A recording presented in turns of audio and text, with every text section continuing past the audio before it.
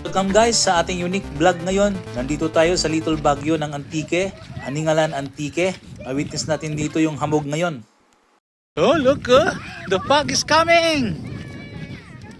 Nakikita natin guys ang bilis ng takbo ng hamog or ng fog papunta sa atin. Mamaya sigurado mapapaikutan tayo nito ng hamog. Ito paminsan-minsan lang itong nangyayari. Kaya nga malamig dito yung temperatura dito sa Aningalan Antique. Guys, we can mga see the fog. dinosaur na. Parating na yung fog. Ayun, na yung fog. Yes. Woo. I wanna be covered. Yay! We're not Fog is here. I wanna be now. covered with We're now covered by fog. Covered by the fog. fog. You see? Gosh. Ooh, look. We can go. We still can go. Ride the car. Ito guys yung fog. Ride the car. Ikot na sa atin. Yun. Ito yung fog. Yun. Yes. Okay guys, nakita ninyo sa background ko, hindi na natin makita yung mga nasa unahan natin dahil napaikutan na tayo ng fog. Ito po yung sitwasyon sa ngayon. Pag may fog, malamig ang temperatura dito po sa Aningalan Antique. Ito guys yung fog. Yan, naikutan na tayo ng fog. So guys, wala na tayong makita doon. Ha? Yun. We are being covered by the fog.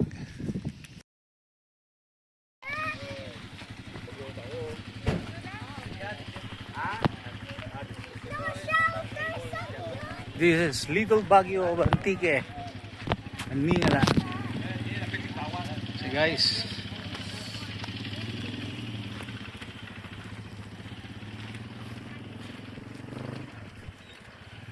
hindi natin makita yung lugar.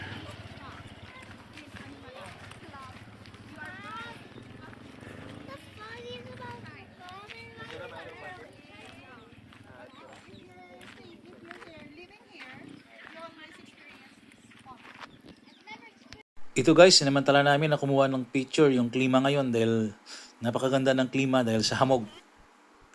So kaunti lang yung makikita natin, no? Nasa zero visibility tayo.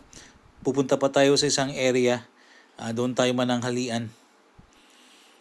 So kung napapansin nyo guys, yun, ang mga sitwasyon namin ngayon dahil sa napakakapal na hamog or fog na nakapaikot dito sa Little Baguio, Aningalan Antique.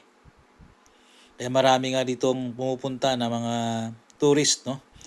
At nagiging isa ito sa mga attraction ng Antique, ang Aningalan Antique dahil nga sa ibang klima nito. Especially kung gabi, napakalamig dito guys.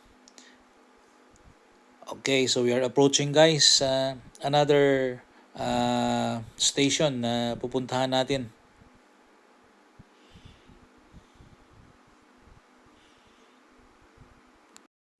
Ito guys ha.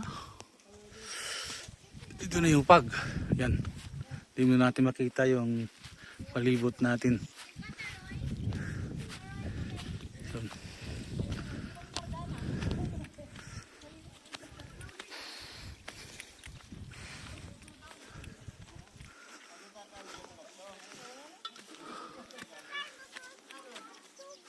It's creepy because of the fog.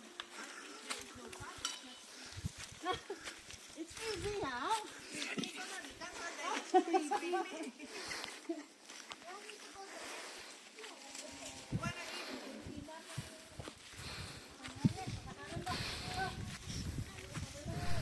So ito yung stopover natin guys for pananghalian. Dito tayo mananghalian at palagpasin natin mamaya itong hamog or fog bago tayo pupunta pa sa mga station na puntahan natin. Papa, Hmm? you're hungry? Who's hungry? I'm hungry. Okay guys, lunch time muna tayo.